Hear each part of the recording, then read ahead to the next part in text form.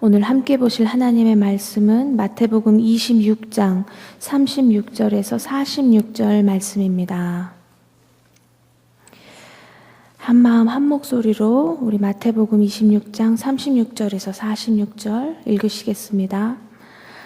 그때에 예수께서 제자들과 함께 겟세마네라고 하는 곳에 가서 그들에게 말씀하셨다. 내가 저기 가서 기도하는 동안에 너희는 여기에 앉아 있어라. 그리고 베드로와 세베대의 두 아들을 데리고 가서 근심하며 괴로워하기 시작하셨다. 그때 예수께서 그들에게 말씀하셨다. 내 마음이 괴로워 죽을 지경이다. 너희는 여기에 머무르며 나와 함께 깨어 있어라. 예수께서는 조금 더 나아가서 얼굴을 땅에 대고 엎드려서 기도하셨다.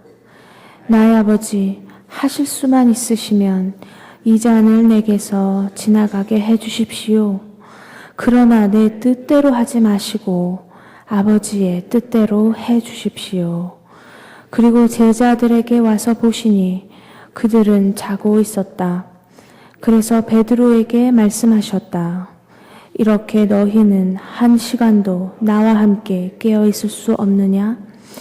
시험에 빠지지 않도록 깨어서 기도하여라. 마음은 원하지만 육신이 약하구나. 예수께서 다시 두 번째로 가서 기도하셨다. 나의 아버지, 내가 마시지 않고서는 이 잔이 내게서 지나갈 수 없는 것이면 아버지의 뜻대로 해 주십시오. 예수께서 다시 와서 보시니 그들은 자고 있었다. 그들은 너무 졸려서 눈을 뜰 수 없었던 것이다. 예수께서는 그들을 그대로 두고 다시 가서 또다시 같은 말씀으로 세 번째 기도하셨다.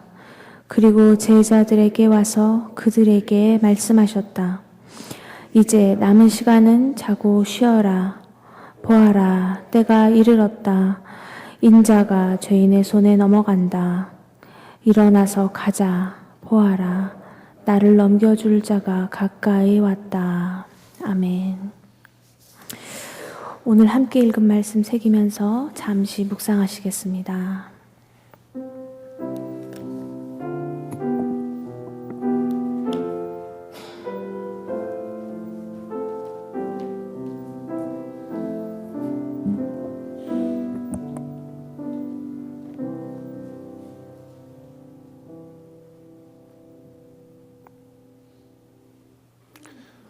주님께서는 겟세마네라고 하는 올리브 나무 숲으로 가십니다. 우리가 보통 겟세마네 동산이라고 우리말로 부르기 때문에 그 겟세마네가 저 언덕 위에 산 위에 있는 것처럼 그렇게 느끼지요. 그렇지만 실제로 겟세마네는 올리브 산의 서쪽에 있는 기드론 골짜기, 깊은 골짜기에 있습니다. 지금도 그곳에는 1000년도 넘었다고 하는 그런 올리브 나무들이 잘 보존되어 있습니다. 올리브 나무는 물이 부족한 땅에서 잘 자라는 식물입니다. 뿌리를 100m도 넘게 깊이 내리기 때문에 그렇게 오래 살 수 있다고 하는 것이지요. 입구에 이르러서 이 겟세마네 그 숲 입구에 이르러서 주님은 제자들에게 내가 저기 가서 기도하는 동안에 너희는 여기에 앉아 있어라 말씀을 하시지요. 깊은 밤중에 제자들은 옹기종기 모여 앉아서 예수님을 기다렸을 것입니다. 주님은 베드로와 요한과 야고보 세 제자만 데리고 더 깊이 숲속으로 들어가십니다. 이 세 제자만 따로 데리고 가는 것, 이것만으로도 지금 심상치 않은 일이 벌어지고 있다는 것을 알 수가 있습니다. 주님께서는 특별한 그런 일이 있을 때 세 제자를 따로 데리고 가시지요. 얼마쯤 가서 주님은 멈추고 자리를 잡으십니다. 그리고 그때 오늘 성경에 보면 갑자기 근심하며 괴로워하기 시작하셨다. 그렇게 말합니다. 참 이상한 일입니다. 예수님은 죽을 것을 알고 예루살렘에 오셨지요. 여러 번 당신의 죽음을 예고하셨습니다. 조금 전에도 마지막 만찬의 자리에서 그리고 기드론 골짜기로 내려오는 길에 주님은 당신의 죽음을 당연한 것이라고 그렇게 말씀을 하셨지요. 하나님께서 예언자들을 시켜 미리 정하신 것이라고 말씀도 하셨고요. 그래서 당신 자신의 죽음에 대해서 예수님은 아주 담담하고 의연하게 그동안 말해 오셨어요. 그런데 세 제자를 데리고 올리브숲 깊은 곳에 이르시더니 갑자기 근심하며 괴로워하기 시작하셨다는 겁니다. 이게 무슨 일입니까? 주님께서 그동안 죽음에 대한 두려움을 숨기고 있다가 세 명의 제자들에게만 그것을 나타내면서 무너진 것입니까? 많은 사람들이 이 대목에서 예수님의 인간성을 보지요. 인성을 보지요. 예수님도 하나님의 아들이기는 했지만 그러나 죽음 앞에서는 우리와 똑같은 인간으로 돌아가셨다. 그렇게 얘기를 합니다. 물론 예수님은 우리와 똑같은 인간으로서 우리가 겪는 모든 유혹을 경험했고 우리가 겪는 모든 두려움도 경험을 하셨겠죠. 그렇지만 그렇다 하더라도 지금 이 갑작스러운 감정의 변화는 이해할 수가 없는 겁니다. 설사 주님께서 우리와 같은 그런 순전한 인간으로서 죽음을 대했다 하더라도 이와 같은 그런 갑작스러운 근심은 이해가 되질 않습니다. 앞에 있는 것과 비교해 볼 때.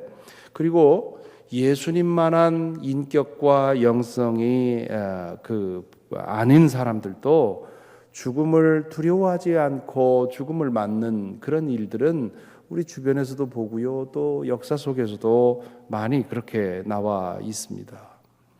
예수님은 죽을 것을 알면서 예루살렘에 오셨고 그것이 하나님이 정하신 일이라고 당신도 믿었고 또한 죽은 자들 가운데 내려갔다가 부활할 것이라고도 믿으셨고 또 하나님의 나라, 지금 우리가 경험하는 이 세상과는 비교할 수 없는 하나님 나라가 있다고 하는 것을 믿으셨습니다. 그런 분이 죽음을 코앞에 두고 갑자기 패닉 상태에 빠진 것을 우리는 어떻게 이해하겠느냐는 겁니다. 주님께서는 세 제자에게 내 마음이 괴로워 죽을 지경이다. 그렇게 말씀하시지요. 너희는 여기에 머무르며 나와 함께 깨어 있어라. 그리고는 더 깊이 들어가셔서 이제는 홀로 기도하십니다. 그리고 우리가 잘 아는 대로 예수님은 얼굴을 땅에 대고 엎드려서 기도하셨다고 되어 있습니다. 주님이 어떤 말로 기도하셨는지 우리가 잘 아는 대로입니다. 39절에 보면 나의 아버지 하실 수만 있으시면 이 잔을 내게서 지나가게 해 주십시오. 그러나 내 뜻대로 하지 마시고 아버지의 뜻대로 해 주십시오. 이 주님의 말씀과 행동에 대한 우리의 의문은 이 구절에서도 또 여전히 풀리지 않습니다. 방금 전에 제자들에게 내가 죽을 때 너희들이 다 뿔뿔이 흩어질 것이라고 예고하셨고 베드로에게는 닭이 울기 전에 3번 나를 부인하라고 그렇게 경고하신 분이 지금은 당신이 괴로워 죽을 지경이라고 말을 하고 있는 것이지요. 또한 이 고난의 잔을 피할 수 있으면 피하게 해달라고 간구하십니다. 39절 이 한 문장으로 되어 있는 예수님의 기도는 오랜 동안 기도한 내용을 한 줄로 요약한 것이지요. 그러므로 내 뜻대로 하지 마시고 아버지의 뜻대로 해 주십시오라는 기도는 나의 아버지 하실 수만 있으면 이 잔을 내게서 지나가게 해 주십시오라는 기도에 곧바로 드린 것이 아닙니다. 앞의 기도를 오래도록 드렸겠지요. 1시간을 기도했는지 2시간을 기도했는지 모르지만 그 기도의 대부분은 할 수 있으면 이 잔을 내게서 지나가게 해 주십시오라는 기도였을 것입니다. 그렇게 기도하면서 그러나 이게 내가 받아야 되는 거라면 받을 수 있는 힘을 주십시오. 그렇게 얘기를 하고 기도하신 것입니다. 누가복음에 보면 하늘의 천사가 내려와 예수님을 도왔다고 기록이 되어 있고요. 주님의 기도가 얼마나 치열했든지 땀이 핏방울처럼 떨어졌다고 얘기를 하고 있습니다.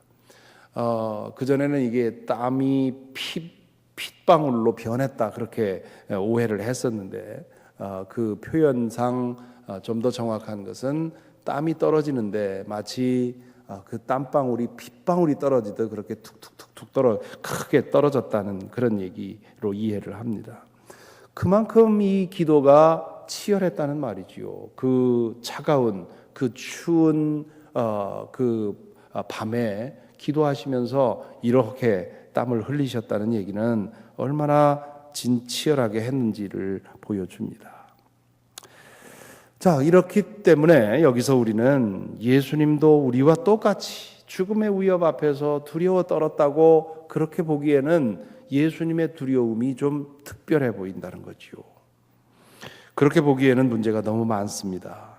예수께서는 당신의 죽음으로 인해 그렇게 두려워 떨었다고 볼 수가 없습니다. 그렇다면 다른 이유가 있을 텐데요. 왜 그랬을까요? 이 질문은 많은 신학자들의 연구와 고민의 대상이었습니다. 지금까지 신학자들이 제시한 대답 중에 제일 신뢰할 만한 대답은 예수님의 죽음이 그분 개인의 죽음이 아니었기 때문이라는 것입니다.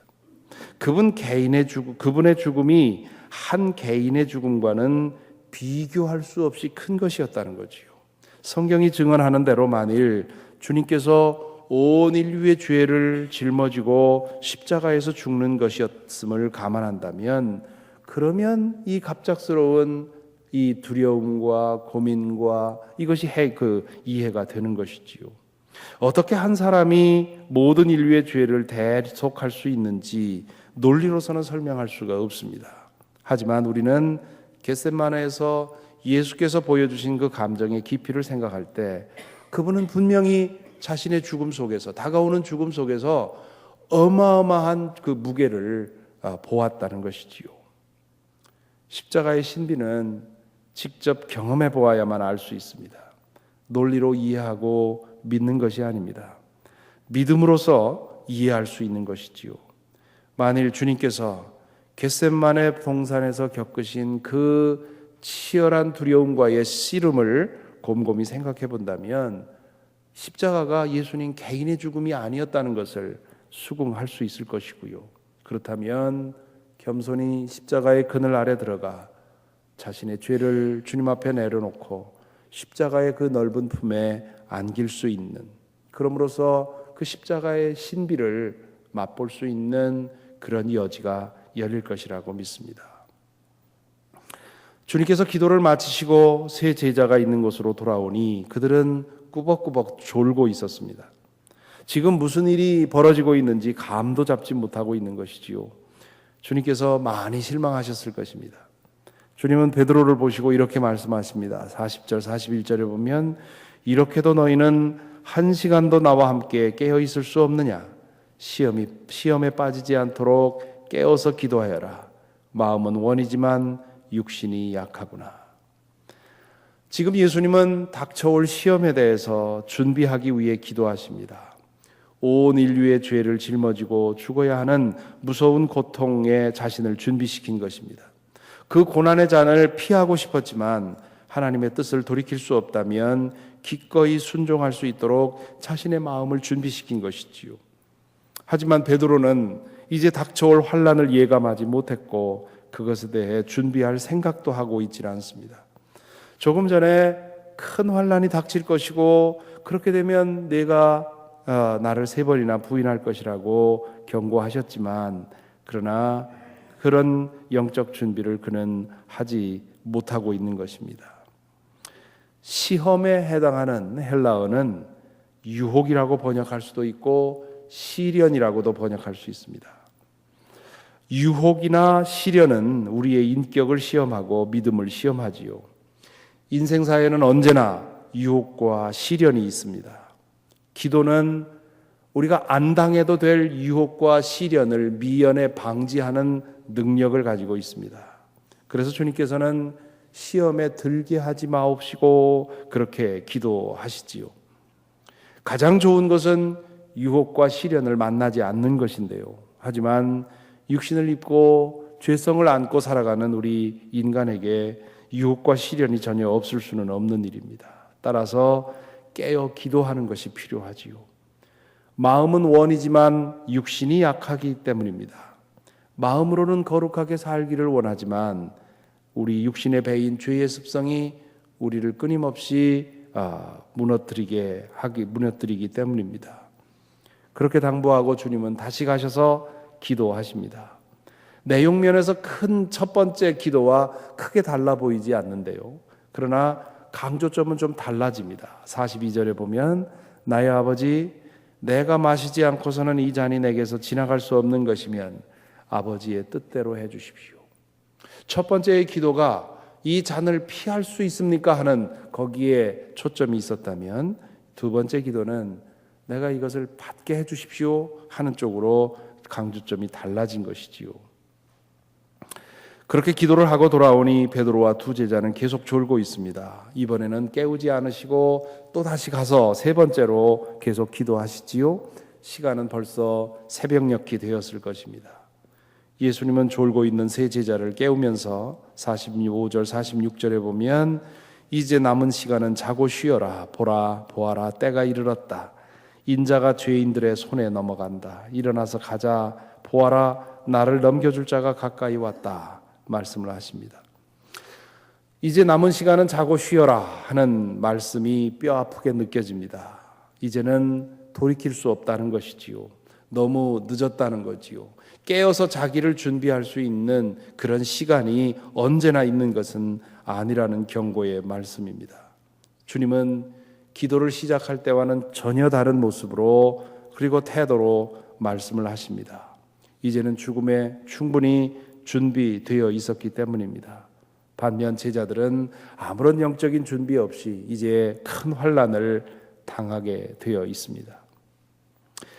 오늘의 말씀에서 우리는 기도가 무엇이고 어떻게 기도해야 되는지에 대해서 여러 가지의 가르침을 받습니다. 우리에게 남겨진 주기도문은 기도의 내용을 통해서 기도가 어떤 것인지를 배우지만 오늘 이 기도는 기도하는 예수님의 기도 실제 기도를 통해서 여러 가지 인사이트를 받게 됩니다. 첫째는 하나님의 뜻이 내 뜻과 다른 것을 알 때 내 뜻을 하나님에게 말씀드리고 그리고 그것을 구하는 것은 우리에게 필요한 일이고 또한 좋은 일이라고 하는 것을 오늘 이 예수님의 기도를 통해서 보게 됩니다. 하나님 앞에서 우리가 언제나 착한 아이가 되려고 하고 그래서 하나님의 뜻만을 생각하는 것 그게 좋아 보이지만 그러나 기도가 그렇게 되면 자연스럽질 못합니다. 하나님께서는 우리의 연약함을 아십니다. 우리 안에 있는 유혹도 아시고요. 죄를 탐하는 마음도 아십니다. 그것을 숨기려 해서는 안 됩니다. 숨길 수도 없지요. 있는 그대로 하나님께 털어놓는 것이 좋습니다. 특별히 죄에 대한 유혹이 내 마음에 죄에 대한 유혹에 끌림이 있을 때 그것을 있는 그대로 내어놓는 것 그것을 부끄러워서 하나님 앞에 숨기고 있으면 그 죄의 유혹이 점점 강해집니다. 오히려 그것을 하나님 앞에 내어놓고 주님 부끄럽지만 지금 내 마음이 이 일에 흔들리고 있습니다 하고 그것을 내어놓으면 그 죄의 유혹이 금세 힘을 잃고 약해지게 되지요. 하나님께서 내 뜻을 허락하실 때도 있습니다. 혹은 내 뜻을 내려놓고 하나님께 순종할 수도 있습니다. 다만 우리가 기도할 때 우리 마음속에 있는 것들을 있는 그대로 정직하게 솔직하게 내어놓고 말씀드리는 것이 기도의 매우 중요한 요소입니다. 둘째는 우리의 기도가 독백이 되거나 혹은 농성이 되어서는 안 된다는 거지요. 내가 원하는 것이 관철될 때까지 하나님을 밀어붙이려 해서는 안 됩니다. 내 안에 있는 나의 바램과 나의 유혹과 나의 필요를 주님 앞에 내어놓는 것은 좋지만 그러나 그것을 관철시키고 그것을 내게 이루어 달라고 떼쓰는 그것도 잘못된 것입니다. 기도는 대화지요. 내가 원하는 것을 하나님께 아뢰고 하나님의 뜻을 묻는 과정입니다. 그렇게 기도하다 보면 처음에는 거리가 멀었던 내 뜻과 하나님의 뜻이 점점 가까워집니다. 하나님께서 내 뜻을 허락하실 때도 있고 내 뜻을 하나님께 내어놓을 때도 있는 것이지요. 그런 과정이 기도 중에 일어나야 합니다. 일방적으로 내 뜻만을 하나님께 요청하는 것이 아니지요. 셋째로, 때로는 많은 시간 온 힘을 다해서 기도해야 할 때도 있다는 겁니다. 기도는 조용히 묵상으로 기도할 때도 있고요, 때로는 찬송을 부를 때도 있고요, 또 때로는 마음을 쏟아놓을 때도 있습니다. 그러므로 다른 사람의 기도를 보고 왜 저렇게 기도하나 그렇게 생각할 것이 아니라, 저렇게 기도해야 되는 그런 상황에 왔을 때 자연스럽게 기도하는, 때로는 통곡하기도 하고요, 그 모든 기도를 아름답게 보고 또 우리 자신도 우리의 삶의 상황에 따라서 그렇게 다양하게 기도하는 것, 매우 중요한 일입니다. 인생의 중대한 문제를 만났을 때 밤을 새워서 기도에 전념하고 땀이 핏방울이 떨어지는 것처럼 그렇게 전심으로 기도할 수도 있지요. 그렇게 열심히 기도하는 이유는 하나님의 뜻을 꺾기 위한 것이 아니라 오히려 하나님의 뜻을 알고 그 뜻에 나를 순종시키기 위한 그런 기도라는 것이지요. 우리 한국교회는 세계 어느 나라의 교회보다 더 이 결사적인 기도로 유명한 교회입니다. 하지만 그 결사의 목적이 하나님의 뜻을 꺾기 위한 것이 될 때가 너무 많기 때문에 우리 한국교회가 지금과 같은 어려움을 가지고 있는 것입니다. 결사적인 노력을 통해서 꺾을 것은 하나님의 뜻이 아니라 우리의 뜻인 것입니다. 넷째로, 기도를 통해서 우리가 얻어야 할 가장 중요한, 가장 꼭 우리에게 필요한 것은 시험에 들지 않게 하고 또한 시험을 이기게 하는 것입니다. 우리는 인생길을 가면서 많은 시험을 받습니다. 죄의 유혹으로 인해 시험받기도 하고, 번영을 통해서 시험받기도 하고요, 환난으로 인해 시험받기도 합니다. 우리를 시험하는 그 이유가 고난도 되지만 또한 번영과 안정과 성공도 우리의 바닥을 얼마나 쉽게 드러내는지 모릅니다. 그런 상황들이 우리를 시험해서 우리의 인격과 영성의 바닥이 얼마나 얕은지를 드러내지요. 이러한 시험에서 흔들리지 않고 낙방하지 않으려면 늘 깨어 기도해야 합니다. 주님께서도 깨어서 기도해야 했다면 우리는 얼마나 더 그것이 필요하겠습니까? 우리가 기도해야 할 기도의 제목 많지만 가장 중요한 기도는 우리가 늘 영적으로 깨어 있어서 우리에게 어떤 일이 닥쳐오든지 그 닥쳐오는 그 일을 통해서 우리가 시험받지 않도록, 우리의 믿음의 바닥이 드러나지 않도록, 하나님에 대한 우리의 사랑이 어떠한지 그 진면목이 드러나지 않도록, 드러나지 않는 것이 아니라 그 속의 모습이 얼마나 얕은지가 증명되지 않도록 더 깊은 믿음, 그 웬만한 시험으로는 흔들 수 없는 그런 깊은 믿음을 위해서 우리는 기도해야 하는 것입니다. 오늘도 이러한 기도를 통해서 깊은 주님과의 사귐이 있게 되기를 바랍니다. 찬송가 337장 함께 부르겠습니다. 337장.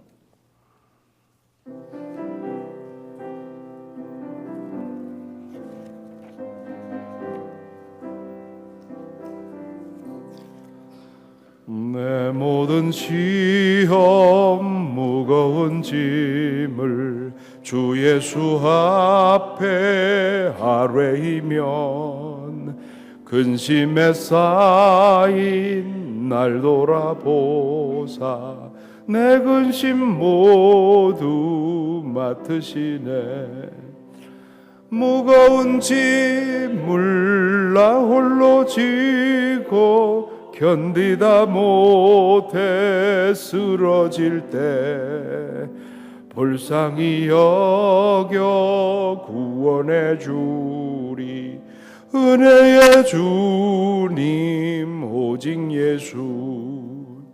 내 모든 괴로움 닥치는 환난 주 예수 앞에 아뢰이면 주께서 친히 날 구해 주사 넓으신 사랑 베푸시네. 무거운 짐을 나 홀로 지고 견디다 못해 쓰러질 때 불쌍히 여겨 구원해 주리. 은혜의 주님 오직 예수.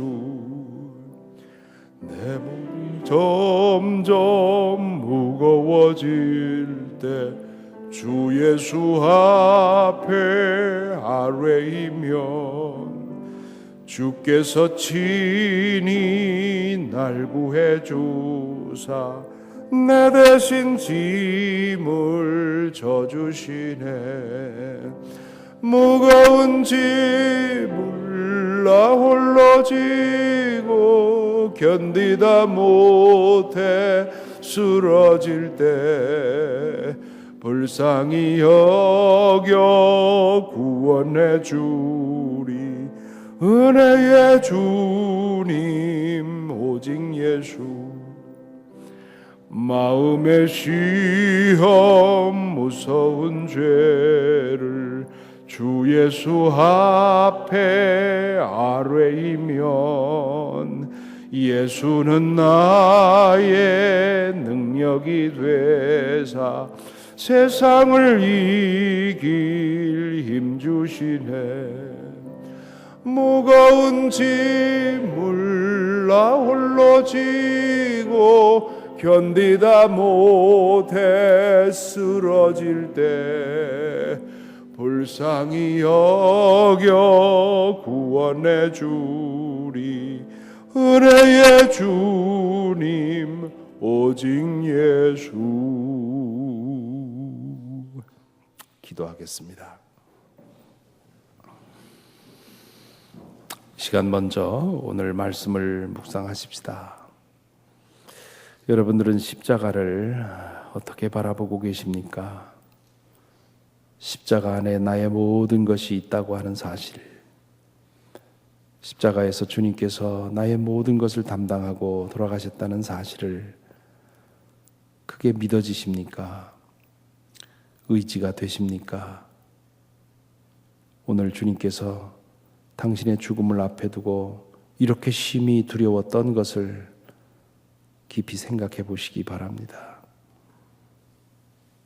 그런 분이 당신 자신의 죽음 그거 때문에 그렇게 두려워 떨었겠습니까? 온 인류의 죄를 담당하고 그것을 져야 하는 그런 엄청난 일 앞에서 주님께서 그렇게 흔들리셨다고 하는 것을 생각을 하면 십자가가 달리 보일지 모르겠습니다. 그 십자가 앞에 나가 우리가 기도하게 됩니다. 오늘 여러분은 무슨 기도를 가지고 나왔습니까? 어떤 마음에 아픔이 있고 유혹이 있고 의심이 있습니까? 주님께서 꼭 들어주셨으면 하는 그런 간절한 소원이 있습니까? 미래에 대한 어떤 두려움이 있습니까? 그 모든 것들을 십자가의 그늘 밑에 내려놓을 수 있기를 바랍니다.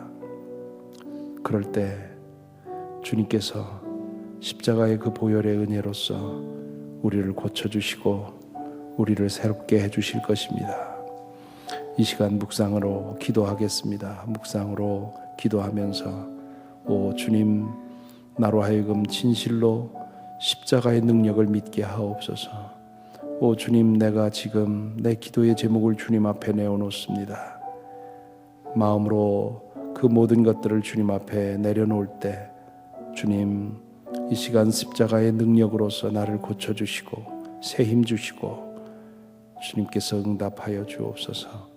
잠시 묵상 중에 우리의 마음을 활짝 열고 십자가에 우리 모든 것들을 내려놓는 시간 갖겠습니다. 기도하시겠습니다.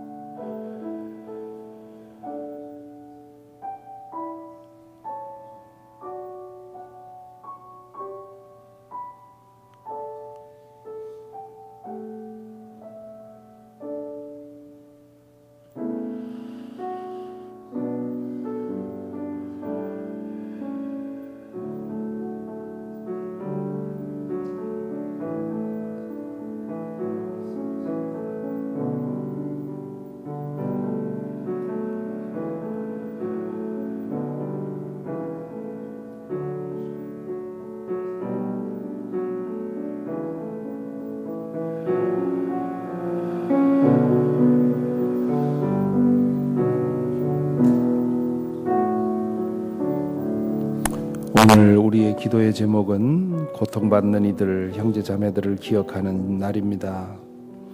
우리가 계속 기도하고 있는 강희갑 집사님, 홍춘혜 장로님, 이병영 집사님, 이남진 교우님, 또 김은아 자매,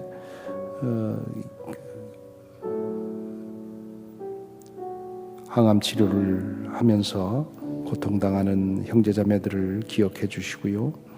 또한 엊그제 말씀드렸습니다마는 이예빈 어린아이를 위해서 기도해 주시고요. 또 오늘 있을 하관 예배 김영렬 집사님, 이혜숙 권사님, 어머니 되시는 정림 집사님 그 하관 예배, 또한 한국에 가서 어머니 상을 치르고 있는 윤석현 집사님 모두 위해서 기도해 주시기를 바랍니다.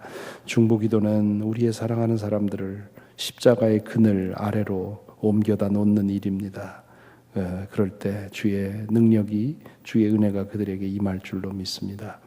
이 시간에 우리 자신을 위해서, 그리고 우리의 형제 자매들을 위해서, 어려움 당한 이들을, 그 외에도 여러분 마음속에 아는 분들이 많이 있을 것입니다. 이 시간 함께 통성으로 중보의 기도를 드리겠습니다. 아버지 하나님 감사합니다. 이 시간 저희들 붙들어 주시고 인도하셔서 함께 기도하게 하시니 감사합니다. 주님, 저희로 하여금 십자가의 능력을 바라볼 수 있도록 인도하여 주시옵시고 십자가의 그늘 아래 피할 수 있는 믿음 허락하여 주시니 감사를 드립니다. 오 주님, 이 시간 주님 앞에 기도합니다. 주의 귀한 자녀들을 위해 주님 기도합니다. 어려움 중에 있는 이들을 위해서 기도하오니 오 주여, 주님의 은혜로 이 시간 함께하여 주옵소서. 우리가 그들을 주님의 그 십자가의 그늘 아래 옮겨 놓습니다. 아버지 하나님, 항암 치료를 하면서 힘들어하는 모든 이들을 주님의 그 십자가의 그늘 아래 올려놓습니다. 주님이여, 십자가의 그 보혈의 공능력으로 그들을 치유하여 주시고 온전하게 회복시켜 주시옵소서. 아버지 하나님, 예빈이를 위해 기도합니다. 어린 생명을 주님 손에 잡아 주시옵시고 아버지 하나님, 속히 그 고통의 구덩이로부터 꺼내짐을 받을 수 있도록 주님이여 인도하시고 붙들어 주시옵소서. 어머니를 잃고 슬퍼하는 가족들이 있습니다. 아버지 하나님이여, 주님께서 그들의 마음을 아시오니 오 주님, 하늘의 위로를 허락해 주셔서 인간이 줄 수 없는 그 위로를 경험할 수 있도록 인도하여 주시옵시고, 또한 주님 앞에 간 것을 생각하며 주님 또한 그 남겨진 인생을 거룩하게 살아갈 수 있도록 우리 모두를 붙들어 주시고 인도하여 주옵소서. 모든 장례 절차를 주님께서 주장하여 주시옵시고 그 절차마다를 통해서 주님 함께 계시고 주님께서 돌보시고 인도하시는 것을 볼 수 있도록 인도하여 주옵소서.